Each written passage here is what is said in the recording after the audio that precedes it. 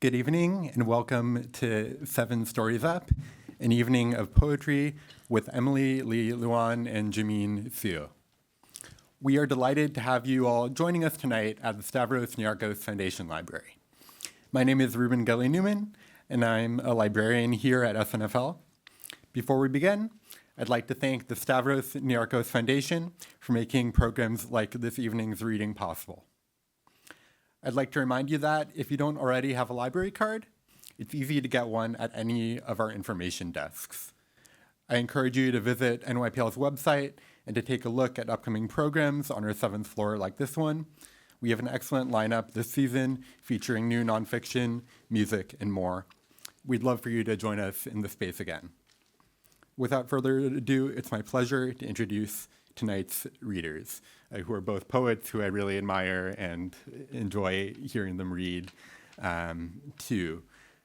So Emily Lee Luan is the author of Hui Return, a winner of the Night Boat Poetry Prize, and I Watch the Boughs, selected by Gabrielle Cavalcaresi for a Poetry Society of America Chapbook Fellowship. A 2023 NYSCA NYFA Artist Fellow in Poetry and the recipient of a Pushcart Prize, her work has appeared in the Best American Poetry 2021, American Poetry Review, LitHub, and elsewhere. She holds an MFA from Rutgers University, Newark, and is a 2023-2024 Visiting Assistant Professor in the Syracuse University MFA program. Jimin Seo was born in Seoul and immigrated to the US to join his family at the age of 8. He is the author of OSSIA, winner of the Changes Book Prize.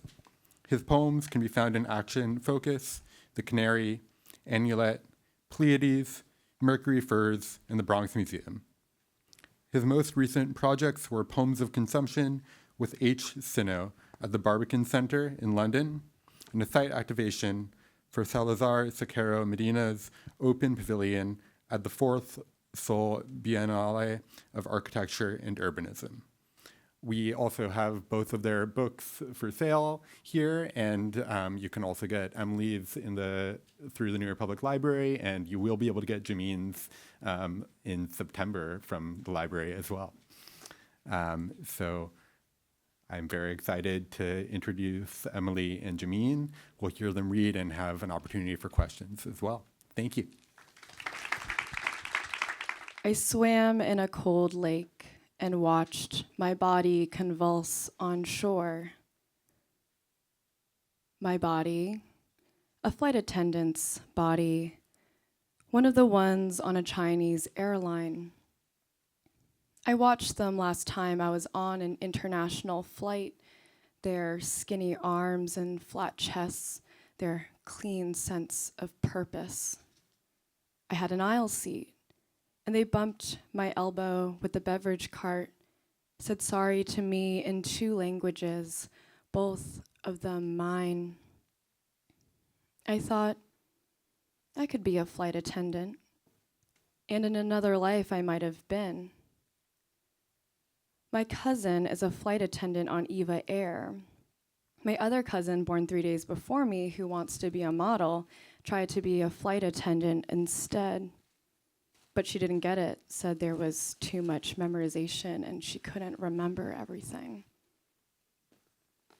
I secretly know I'd be a great flight attendant. I could discreetly close the overhead bins, twist my hair back, tie the service apron on, hand out hot towels, blink my eyes big, say, tea, tea, cha, cha, all the way down the aisle. When offering small sandwiches, I might stare out of one of the windows, imagine the ocean blue.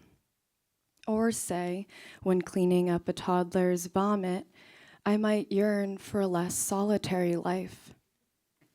But otherwise, loneliness might be okay when surrounded by other flight attendants in the sky, my body a body made, pretending to bodies in flight. I'd breathe in the air of neither here nor there. I'd remember everything about my lives on Earth. Thanks everyone for being here. We're like so shocked that there's so many people here. And that's cool. Oh, thank you. So we really wanted to thank the New York Public Library, especially Ruben and Allison, for helping us organize this. It's really an honor. I'm reading some poems I normally read, but I also am reading a couple of poems that I feel like are really in conversation with Jimin's forthcoming but available here book, OSSIA, which is amazing. But I'm thinking a lot about crossings and translation, and also like communing with the dead. So I'm going to read a few poems that I feel like are thinking about those themes. Lunar year. Real young above the river, the year I thought I wanted to die. Real young that moves my memory of my father's retelling of his father's retelling. Real young that appears crisp and hollowed, which I turn my gaze from for fear. Real young I forget about. Real young 代表我的心. Real young of my childhood recited in Li Bai's poem. Real young the white of a killing frost. Real young the drunken poet drowned reaching for the convenient myth.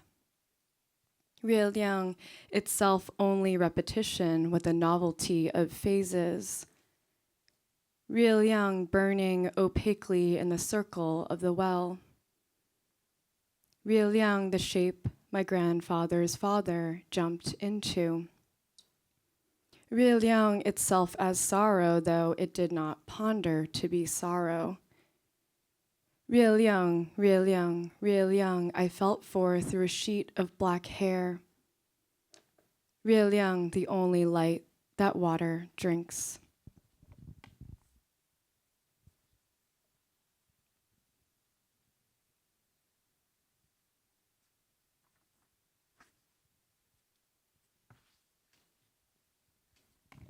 So in my first book, or in this book that I'm reading from, the book is scaffolded by reversible poems. And they're kind of taken from the Chinese reversible poem, which is sort of an ancient poetic tradition where the poems can be read forward and then backwards, sometimes like in a circle or diagonally or up and down. And so throughout the book, I've tried to reverse poems in various ways, not sort of translating literally, but sort of taking from the spirit of the reversible poem. So I'm going to read just two of those right now. Reversible poem in dishwater. He carried me into the kitchen to get a glass of water. He reached for a cup in the sink filled with dishwater. Wait, I said, and opened the cabinet for a glass. Still, he went for the cup in the sink. Why do you want to drink from a dirty glass? I asked. It doesn't need to be clean, he said, but accepted the clean one I held out to him. I held out a clean glass to him. He accepted, he said, clean is a need, isn't it? I asked to drink from a dirty glass. I want you. The cup, the sink, the cup still, a glass cabinet open. I waited, filled with dishwater. The cup sinking, he reached for me. The kitchen carried me into the glass.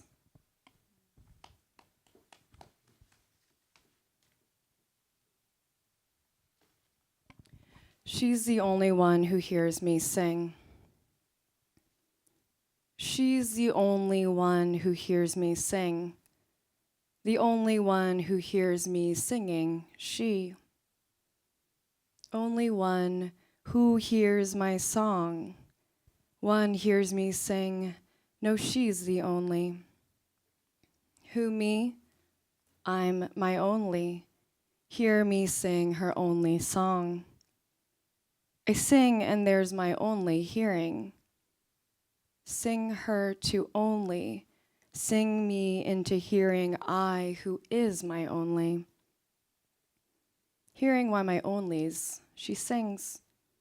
Who's hearing one's to singing? One, the only one, only my only, sing me. The she who sings, hearing all the way to one. She's singing. In it, I hear my onely.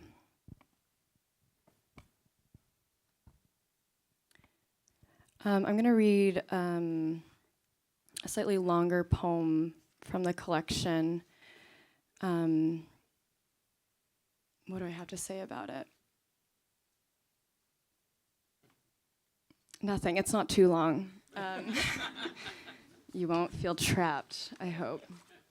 But so it's written in sections, and the titles are all a question written in Chinese. It's from a poem by Chodring, and the titles translate roughly to what place do souls separated from bodies disappear? And that title in reverse is the place where vanished souls have gone. Where is it? 何处别混淆? I bring my grandfather to a restaurant on 8th. It's a hole-in-the-wall kind of joint, a pizza place with candlelight. I can't eat anything here, I tell him, as we walk through the wall and into the hole. I'm gluten and lactose intolerant now. You can't eat even Shandong's famous beef noodle soup, he asks. No, not even, I say. That's okay, I can't eat either. I'm dead, he replies, and ducks into the bricked darkness. 何处别混淆? My grandfather brings me to the old family well. It's just a cylinder of stones in a yellow field, and the sky is gray. We are in no country. My mother used to carry water from this well, he says.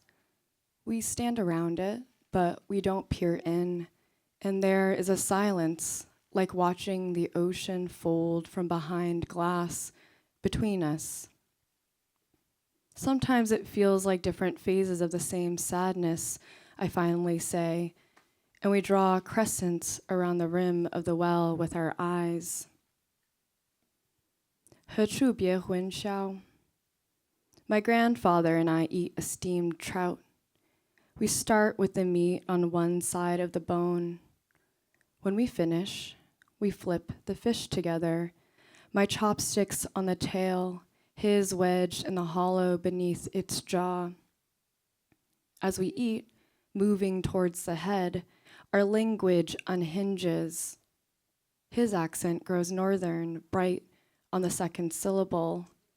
Mine dissolves, mouth gone to water. By the time I empty the tender meat of the cheek, my grandfather is tapping rhythms for me with his chopsticks against the spine of the fish. I offer him a fish eye. Together, we chew them to seed. Each of our eyes, in their dead way, swivels and blinks to each other from our stomachs. 何处别混淆? My grandfather and I eat fried pork and rice at the train station. The rice, short grain and chewy, was grown in the fields surrounding the station. After, we climb the wooden viewing pagoda and stare out at the current of meticulous green shoots, rows and rows to the horizon. The water flooding the fields mirrors the pitch of gray clouds above. A long hush as the wind silvers its way through the leaves. One of us thinks, "What an arresting scene," and the other agrees. A man arrives in a small truck. We watch as he steps into a white suit that zips over his face with a window to look out of. He mixes something blue in a bucket, pours it into a metal canister, straps it to his back, and climbs into the green, roving up and down the aisles of rice shoots to spray the field with color. The wind picks up. We shield our noses from the chemical smell. Back in town, the stray dogs stand up and stare as we walk past. 何处别混淆? I stand with my grandfather on Wuzhi Mountain. He holds up his outstretched hand. Wuzhi, he says, 5 fingers, so that I can understand. We look beyond the clouds shrouding the mountain, past Shunainai's stone grave. Are you okay with being here forever? I ask. I'm not sure I have a choice, he replies, and grasps all 10 of his fingers together. 销魂别处合. My grandfather and I board the train down the coast. We have our fan tuan and our soy milk. I sit beside a boy my age, and we both read books. I imagine we're young lovers in a Taiwanese film, drawing open the curtain and looking out together when the ocean comes. I can see the top of my grandfather's baseball cap a few rows ahead of me. Sometimes he disappears, slouching down to sip his soy milk. We enter dark tunnels in the crowded mountains, and until I see the white sky, I fear we will never surface. When I walk down the aisle to his row, my grandfather is gone. A wad of plastic wrap and an empty milk box. From the train, the ocean, and as we ride, the farther from it. This is going to be my last poem. It's written after Khalil Gibran. When my sorrow was born. When my sorrow was born, I held it, a dark pearl spit from its shell, and I remembered the salt that had rounded it centuries ago, before I even had a mouth. And my sorrow was unafraid, and it gave me back my bravery and my anger, walked me to the tossing water, and proclaimed the water mine. My sorrow held me and did not tell me not to cry, and the girls about me watched our sweet days together with longing, for they too wanted to be held by something with fingers as slender and delicate as my sorrows, fingers that tapped their temples and had them see how they had been wronged. And those who longed for my sorrow would never have a sorrow like mine. I knew that, for my sorrow had a forest black mane like mine. And my sorrow let me say, I, mine. And my sorrow sat with me on the fire escape all that breathing winter. And my sorrow would not let me into the water. And my sorrow deveined shrimp and patterned them on my plate, brought me a wide bowl brimming with broth. And we ate fried eggs with chopsticks. We waited for my joy to come. Thank you.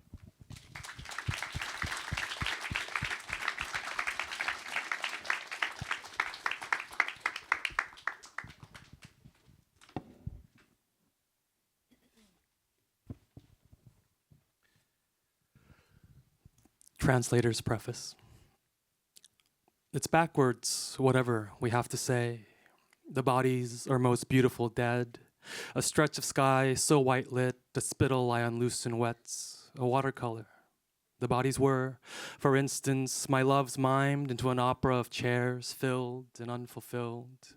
My lovers bound in twirls of cellophane into a car, a shirt tossed to the bed, shirt that fills my body like a shadow. Speak, I say, and I spit into the whole of my loves, wet their interiors, loosed and loose into the night-hot sky. The bodies were, only myself unbuttoning. 하늘이 바다고 바다가 하늘이다. 땅은 시들어가는 시간처럼 먼지를 엎고 세계를 떠나버린다. Memory, migrate, translate, memory. My loves rot like scrap-loaded ants turning into a peephole. May I be understood like this. There as a comfort I've never heard of, but there, a space point specifically to wander.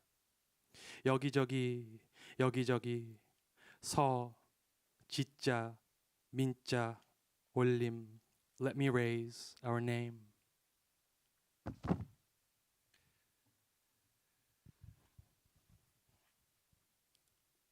Like most revelations, it is the movement that incites the form, discovered as a downward rapture. Yes, it is the movement that delights the form, sustained by its own velocity. And yet, it is the movement that delays the form while darkness slows and encumbers. In fact, it is the movement that betrays the form, baffled in such toils of ease, until it is the movement that deceives the form, beguiling our attention. We suppose it is the movement that achieves the form.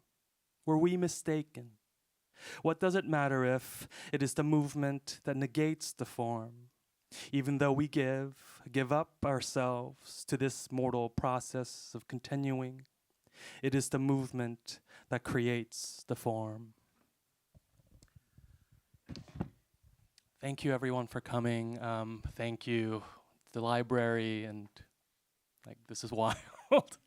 And thank you, Emily, for the beautiful reading and your poems.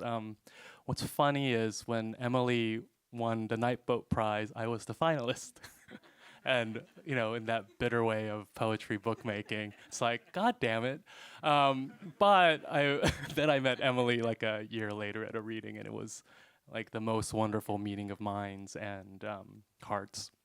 And I'm actually was so thrilled after reading Emily, and more importantly, meeting her, that her book and You Are in the World. So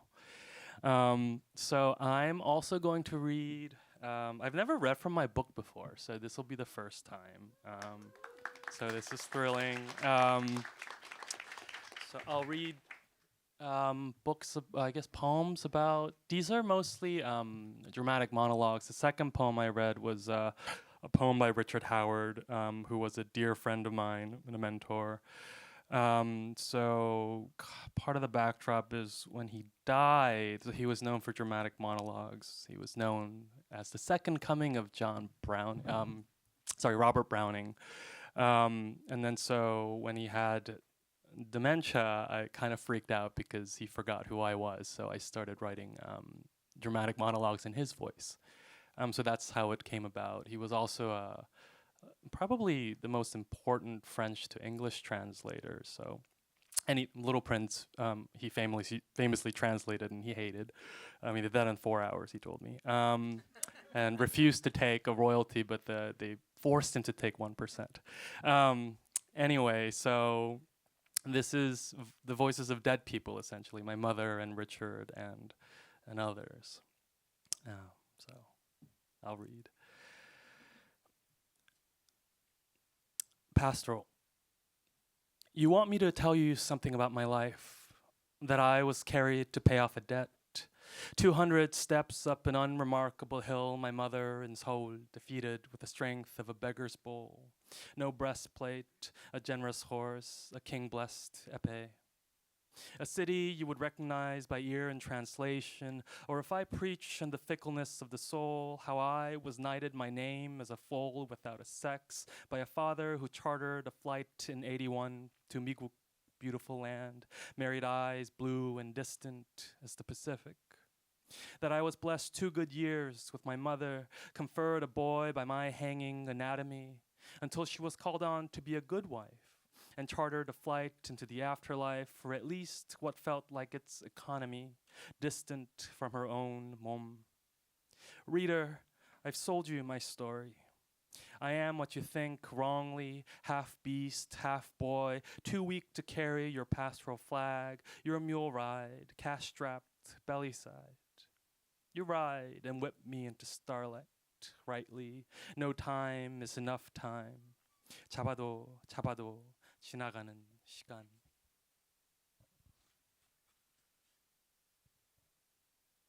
Write about my body, or a less Hellenistic one. Cadillac, Escalade, rust, Deerfield, sometime car, fleshier if less sublime than the divine model every woman emanates in a man. Venus of parts, doughish, dim. So let me snap off my hood, startle the cock making shit talk on my collarbone, flash a knife, quarter this stag from its bushy thrust. Let me sly under high tender his 3 elegant legs, plug and mount them on my porny holes and run. Let me rear and knock cuckoo on any front door, tap tap quarter, a lap of water. Kindness is reserved for more congenial sex gods. Am I all messed up? A Venus of migration, let me slant my neck to the half-lit chandelier and imagine my own family at the table. Take to the road, humdrum, radio thrum, chimeric limb slant, hitch a ride, try my luck at the next town over. Tomorrow, find me gone from the lawn, head a fawn, torso, cherubic, dawn. 싫어 내 몸을 짓는 아들아, 왜 또 나를 이 땅에서 지어 올리니? 외국의 여신으로 만드니 마음이 덜 불행하냐? 내가 칼을 들고 사슴을 죽이고 짐승의 피를 얻고 집을 다시 찾아가야 하냐? 걸음 아래 언제나 피던 봉숭아꽃, 몸에 새겨진 남껍질 향.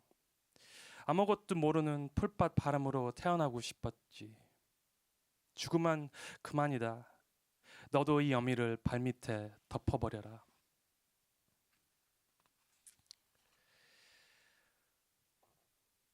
Richard asked me for a poem. Richard, an ill-considered nap is a horror in pink. The dream is over, but the headburst between sleep and not sleep tells me you're alive. All dreams are faked and the vision self-televised as a wished-for buy. A phone call to the vault to get back for any price. A body as I knew it. What is the difference between a store-bought ghost and an angel when real terror is knowing you will always be out of range, and money, a pink sky, even then the green out of doors, a sure sign of spring, the utter uselessness of it. My friend, you haven't shown me a poem in 8 years. I'm not that angel. I'm still alive and I haven't wings. If I really had them, would I still take the one to school? You've seen my gown with the open back at the hospital when I've come wounded by life. My point is, the body can fail, and even the most prized assets are in danger of fate's awkward strokes. Stroke is just that. Wings smudged by a ridiculously better dressed angel to remind us we are mortal. At least that's when an angel is true terror. So use me while I'm useful. It's the reason we met. Your poems from your hands into mine. 엉뚱한 낮잠 자면 분홍색 입은 귀신이 나타난다. 꿈은 끝났고 잠을 자든 눈을 뜨든 불꽃같이 머리가 터진다. 살아있다고 누가 알려주고 모든 꿈은 가짜다. TV에만 살아있다. 돈으로 해결할 수 있다. 전화로 돈 내고 예전처럼 돌아갈 수 있게, 여전의 그 환경으로 돌아갈 수 있게. 돈으로 산 귀신하고 천사가 무슨 차이 있을까? 진실은 거지 같은 한 푼 없는 삶이기에 분홍색으로 피어난 하늘은 문 밖의 새파란 봄같이 쓸모없는 꿈이다.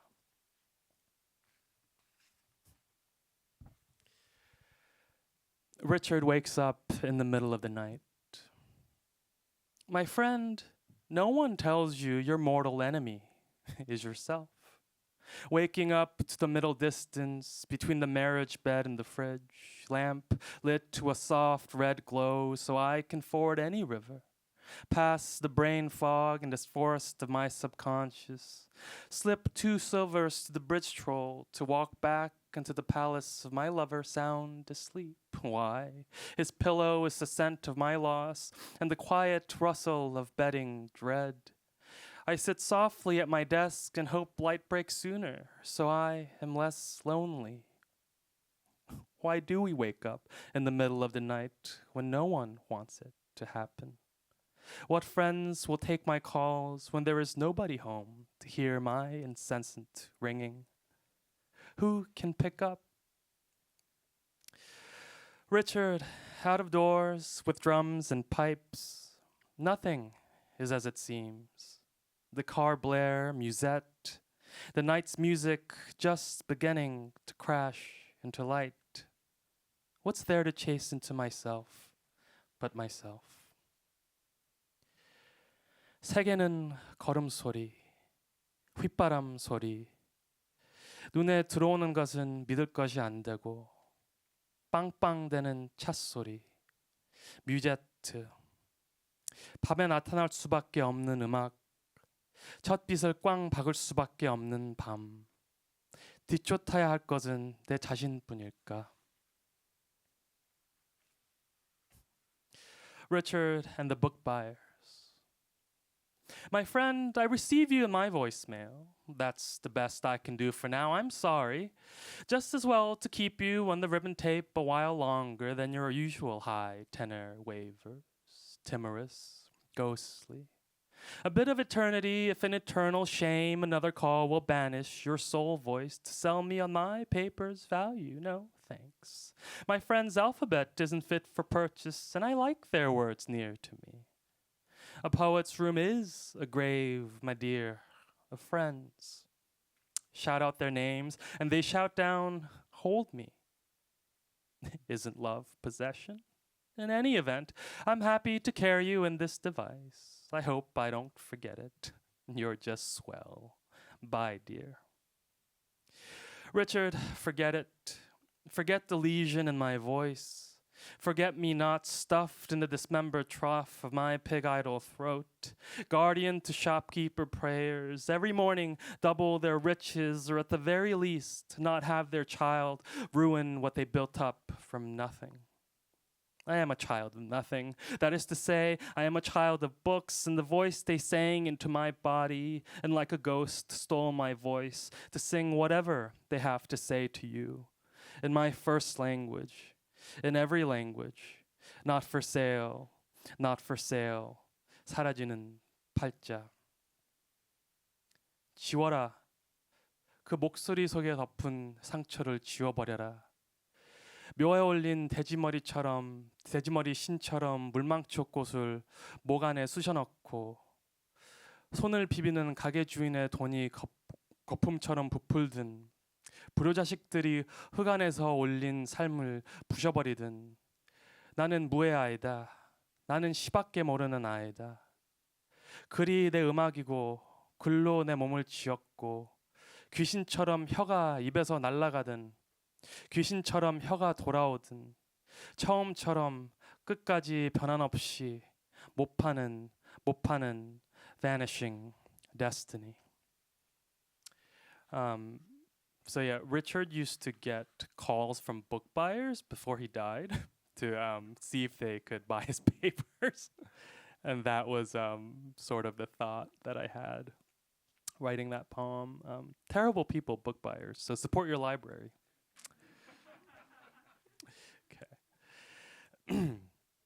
깨어나라, 깨어나라, 연 먹어라.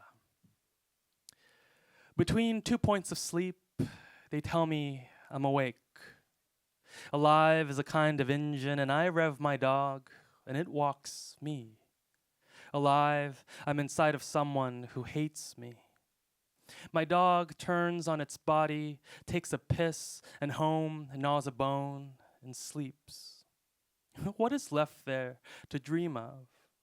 Say the bone hand of a knife peaks and the steel pivots through a soft hill of lungs, and what could I possibly say from that vantage of pain, married silence? Speak a field of black dahlias into red, and think anything I say saves anyone, myself included. Lion against knife, against flower, against this dog country, and somehow what survives? Dog that stirs like a greater beast, set your sights on me. Awaken, awaken, eat. So the title of that is the translation of awaken, awaken, eat. But in Korean, 연 먹어라 means fuck you. Wake up, fuck you, right? Okay. Okay, I'm gonna just read one more poem and then open up for Q&A. Oh, this is fun. So I'll leave with a Richard poem. Richard asked to sort books together. My friend, I've made up my mind to climb up the ladder myself. The Brits are hiding behind the French and the Germans in a ditch below. An entire shelf for Proust and his acolytes, and Rilke can tip his prophetic hat to the Italians. The Russians and Americans on the same case save them the trouble of crossing the Pacific to steal from each other. The Aramaic, Arabic, and Hebrew, God only knows what I'll do with. Put them out next to Freud, Jung, and Melanie Klein. What will I do about the Chinese? God, when did I become a diplomat? The art books, you say. Put them on the very bottom shelf. Art does something at last. A counterweight. Richard, to do nothing at last is to say the world is at war again. The war is at war again, and the guns point west to east and east to west, and northwest of love, war points inward, and each family scatters like dust brushed off an old friend. My old friend, my love bursts from dust, and the books I found is never as I left it. Remember it, the spine broken from love, and the hand that strokes it. Thank you.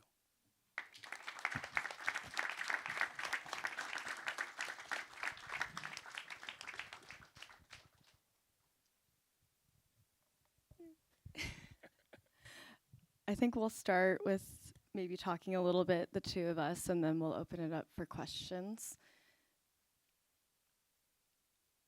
I told Jimin like the question I was gonna ask him, but I came up with, or I have a more pressing question now. I didn't do that on purpose. It's okay. Because you were talking about the dramatic monologue, which I feel like when I studied Robert Browning, what was really sort of blew my mind about the dramatic monologue is that moment where the like actors in the poem are aware that they're on stage and then like look at the audience. And it's this like sort of freaky moment that happens in a lot of his poems. And so I was wondering if like what in your poems or in your dramatic monologues, in what way does the speaker or the speakers of the poems, like how, at what point do they sort of like rupture through the poem? And in like what, are they acknowledging an audience? Or what are they kind of like looking at? Right. So I guess first, my first experience with Robert Browning was My Last Duchess, which I'm sure all of us have read in 10th grade. And as we were figuring poetry out, I very, in a non-PC way said, the Duchess is a whore, which one of my classmates was like, prostitute, which wasn't any better. But I remember listening to a recording of Richard reading that, which is absolutely fantastic. But that sort of process of doing the dramatic monologue, it's a performance, it's external. But for me, it was the dramatic monologue. The audience is my memory, or the memory of Richard, who was still alive, but his mind was deteriorating.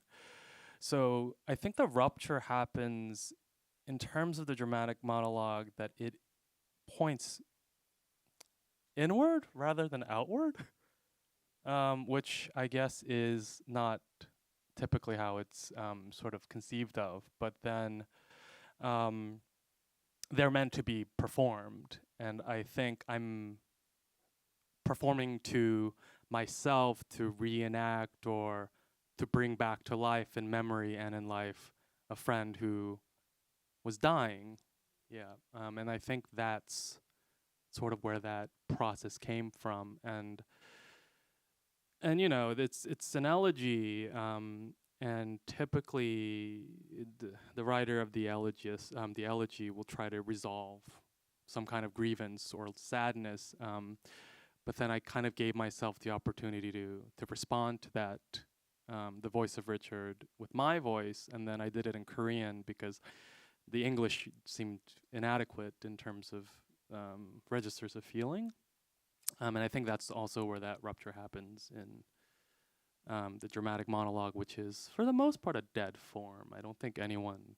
I read a Goodreads review of Richard's, this book, Inner Voices, and then it started, Richard, who needs a poem about Venetian interiors that no one remembers? I'm like, well, yes and no. But yeah. I feel like the way that we talk about it now is in terms of persona, which is basically the same thing, but it doesn't, you're not on the stage, I think. Yeah, I think about that because we often joke about the speaker of the poem in workshops, right? So you don't offend the poet, but often the speaker is the poet. Yeah. But then so you have with a persona poem a third speaker. So there's a double removal, which I think in that sense, I think the persona poem becomes more fraught and more comforting, because you can say it's not my cousin, it's my cousin, second cousin, once removed. Yeah. Feels right. Yeah. So I also had a question that I prepared, but now I've changed. Sorry. I had a feeling that would happen. So I was curious about, you're so good at, in your poems, describing landscape, which is something I'm terrible at because I have like, I don't observe things, I think, like you do in such a wonderful way. But then the kind of the description of landscapes becomes memory. And particularly in terms of, if you don't know Chinese, the characters themselves become purely visual rather than any sort of oral quality or auditory quality coming to it. So I was kind of curious about how you understand, that's not the right word, just memory and landscape, and how you observe kind of outwardly but also inwardly into memory. Great question. Sorry. No, actually, what's funny, because your original question to me was about like it's about like a second project, basically. And right now, I'm thinking very specifically about landscapes and like Chinese landscape poetry. And that longer poem I read, I feel like actually that's where that like obsession with like these rice fields in Taiwan, that's kind of where a lot of the poems I'm writing now are kind of coming out of. Or so that's like sort of like the little seed scene that I'm working with now. And I'm sort of working with this idea it's not even an idea, it's just like being enacted in these poems, but in like tongue poetry, there's no separation between the poet and what is being described, or like the image, because there's no personal pronouns. And like, so poet like doesn't exist. There's no, as we're talking about, like there's no speaker in these poems. And so like the table, if I said table, that's also me, you know, and also you know, and the reader. So it's, there's a kind of like constant like transference and Stephen Owen describes this like process as like a transparency.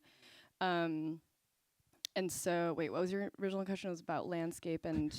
Oh, this is great. It was about landscape and memory. Yeah. So I would say like I think maybe I would say that like also because there's no time and like there's no tense, so there is time, but it's kind of always happening at the same time, and so in that sense like the memory is also the image and the image is also the memory. There's I think that like that transparency is also happening there maybe. Oh, I love that because that basically works around the objective correlative. It's just the language is the object, which I think is really great. Yeah. I mean, the closest way we can describe it is a metaphor, but that feels a little bit different because there's distance between those two things. Yeah. Yeah. Should we open it up to? Do people have questions? Yeah. That was our conversation. Yeah, back there. Yeah. Beautiful, thank you. Oh wow, a microphone. This is a question for Jimin.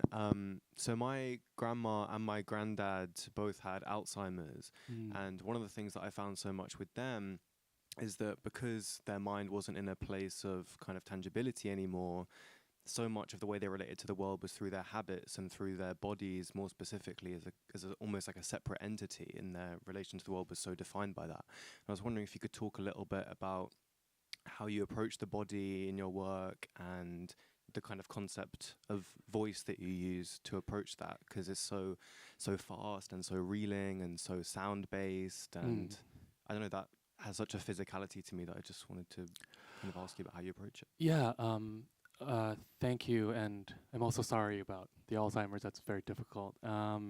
So I guess I have to come out as a failed pianist. So I had a finger injury, so I accidentally became a poet. I took like a random poetry class. I was like, this is it for me. So I think a lot of the iterations of sound is that I'll listen to, say, something like pop music, and then I don't remember any of the lyrics. And I think that's how I also listen to poetry. It's an oral experience rather than a visual one. This is why I'm fascinated by Emily's descriptions. So, you know, Richard had Lewy body dementia, which is a different, right, where you have hallucinations.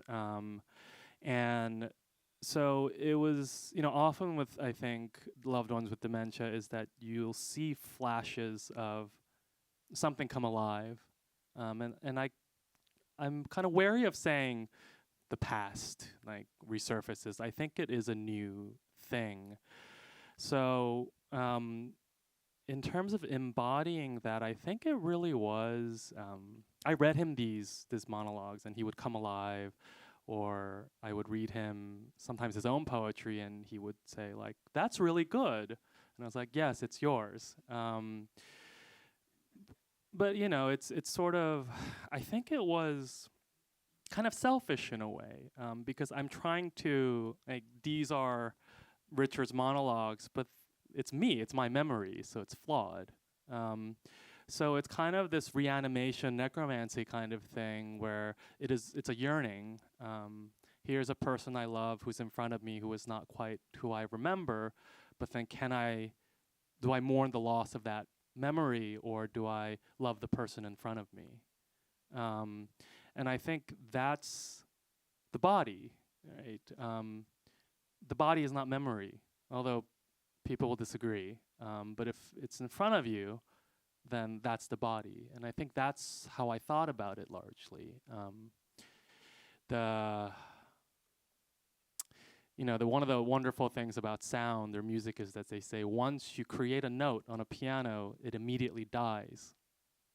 And the body is a part of that. And I think poetry, at least for me, it works the same way.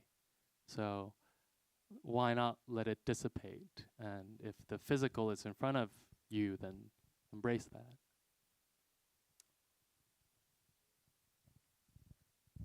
Thank you. Other questions?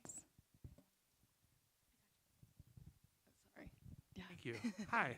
I had a question for each yes. poet. Hi. One question was for Emily, and I was curious about the reversible poems. And obviously, like in any formal work, there's the tension between like strategy and accident, or between intention and happenstance. And I'm curious about how, in this particular case, how engaging with these particular traditions and forms, and the language that you chose and the content you wrote about, how did you experience those tensions in the writing? And for Jimin, I was curious about, like you said, that poem is something that you consider oral. And obviously, these are dramatic monologues, so I was wondering about how, like, the question of cadence shaped the writing process, because not only are these persona poems, and you might you might always write knowing that you're going to read poems out loud, but like these are poems you're going to perform. So like, how did knowing you're going to perform a certain joke telling style, a certain tone of voice, shape the writing process? Your question, sorry, I was like, went so many places during that. So your question is about sort of like enacting the reversible poem and sort of how much of it is intention and how much. Yeah, like Yeah. the tension between like intention and Yes. and discovery, accident, Yes. and how that played out with this Okay. particular tradition and form. Yeah. Thank you for that. The way I kind of have talked about doing the form or trying the form is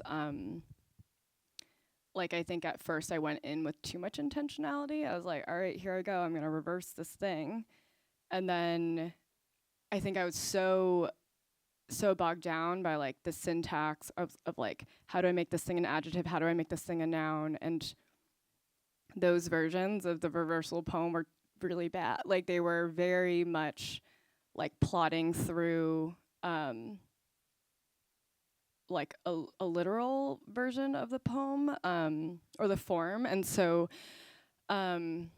really I had to kind of lean into sort of like the spirit of the form, or like the feeling or experience of reading one of these poems in Chinese, which feels like revelatory. It feels like something new is happening when you're reversing. And so it was really kind of like tapping in.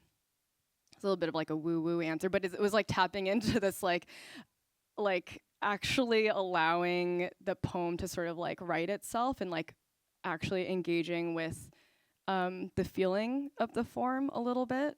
But at some point, like, I'd pick some words. If I'm some of the more like literal reversing poems, I'd sort of pick a few words that I knew were kind of benchmarks that I wanted to work with, and then I would sort of allow myself to sort of like feel my way a little bit through what needed to fill that in. And that I was like, oh, it's just like then writing. I'm just writing again, So I think that's the thing of like, you need to, whatever they say, like, you need to write the form shouldn't be writing you. Like, I felt like that took me a while to understand, and took a lot of practice. Like, there are many discarded reversal poems. I think like maybe 5 to 8 of them made it into the book. So yeah, I think it very much then felt like a practice. Like, I was practicing it and trying to figure it out. Yeah, thank you for that. If I remember correctly, your question about was embodiment and the performance, and so how do I copy cadence, right, and syntax? So I can't. So it comes from one body. Well, that's not entirely true. So, one of the advantages of playing classical music is that you basically erase yourself, and then you play in the voice of the composer. So there's a style, the historical period. Beethoven has his own language, and so does Bach and Mozart. And Emily's also a violinist. So, I got pretty good at like erasing myself. But part of that is also, a trope of being an Asian musician is that we're technically proficient, but we have no soul. This is true. And then the criticism is then, well, play with feeling, and I'm like, what the fuck? Pardon me. So one of the things that was easy in that training of it was that you train your ear to copy other people. So in my case, if I was, I think I was, Richard. We've known him since 2008, and it's like a joke, but his assistant for 10 years. But we mostly just spent time together, like doing stuff, like going to the movies and the museum and translate. So I think a lot of it was like, if I thought about him, then I was like, oh, this is Richard's voice in my head. But also knowing it's not, right? Because I'm reconjuring it's an interpretation and a performance of his voice. So the writing part of that is also a performance. And then the reenactment of that is a double performance. And I was a little wary of that. So then the response was that my portion where I address Richard in that poem is, the syntax is more hypotaxis, which I was trying to break out of standard cadence of an iambic pentameter. But then ended up being French. Like the syntax or the sensibility, I read a lot of French literature because that's what one does if you learn English and then you're like, what's better than English is French. So then I was like, I'll just be better than English speakers. But then, of course, there's that history, so I did that. And then I translated that into Korean, and that was interesting. My Korean is stuck in like my parents' generation, 1970s to the 80s, and that I'm not a modern Korean. I'm an old Korean. So that was interesting in terms of breaking up that cadence. So when I perform, it's like performing music. You take up the history and the context and the period, I think, that they live in, and I cancel myself out. I think that's a real good thing. But there we go. Sorry, it's a basic question, and thank you for your readings and your talk. I wanted to ask both of you or either of you, when in your everyday, day-to-day, do you feel most like a poet, or do you feel like a poet? And if that doesn't apply, then I'd be curious to know when you first sort of told someone you are a poet, what you felt or what you were thinking in that moment. Thank you. Like on the subway? Specifically, maybe?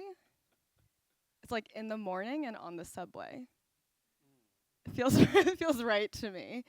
Because I think on the subway, I'm like, oh, I'm like absorbed in the world and I'm like noticing things, and that's what makes you a poet. But otherwise, when I'm writing, I don't really feel like a poet. When I'm writing, I'm like, I'm trying to write a poem. Right. Maybe that's the time I least feel like a poet is when I'm writing a poem.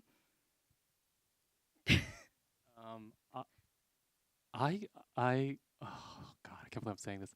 I hate writing, particularly poetry. And I think part of that is because I just come from music.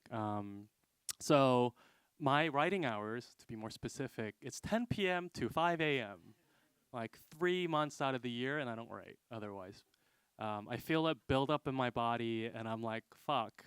It's time to write, and then I sit down, and it's like a sleepless thing, and I'll just cycle through 3 months of just nonstop writing. I could say I was a poet, I think,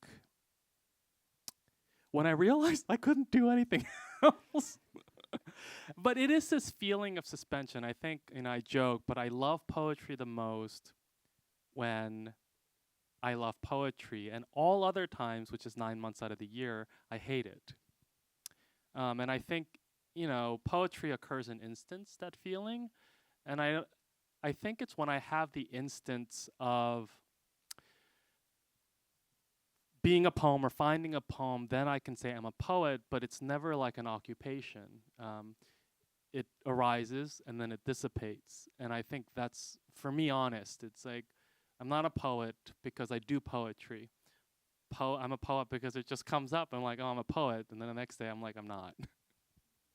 I do feel like talking about the reversal poem, I'm like, that's probably the closest I've ever gotten to like doing scales though. Like it really felt, I was like, oh, I'm practicing. And that actually was really, really freeing, because I was like, oh, I don't have to write a poem every time I try to write a poem. Right. I'm just like doing a thing, and that's helping me in some way. Yeah. and eventually a poem comes out of it, maybe. And I think that happens to me where, like, when I'm in the process of writing, like, just time works very differently. And I only got that sense when I'm practicing or scales or pieces. Like, musicians practicing is the worst thing ever. Like, it's not beautiful. We're just repeating the same sequence over and over again to match some kind of, like, ineffable correctness, and then transcending that. So I guess, yeah, that's the feeling. Yeah. Thanks for that. Thank you. Are we at time? Yeah, we are at time. Okay. Thank you so much, everyone.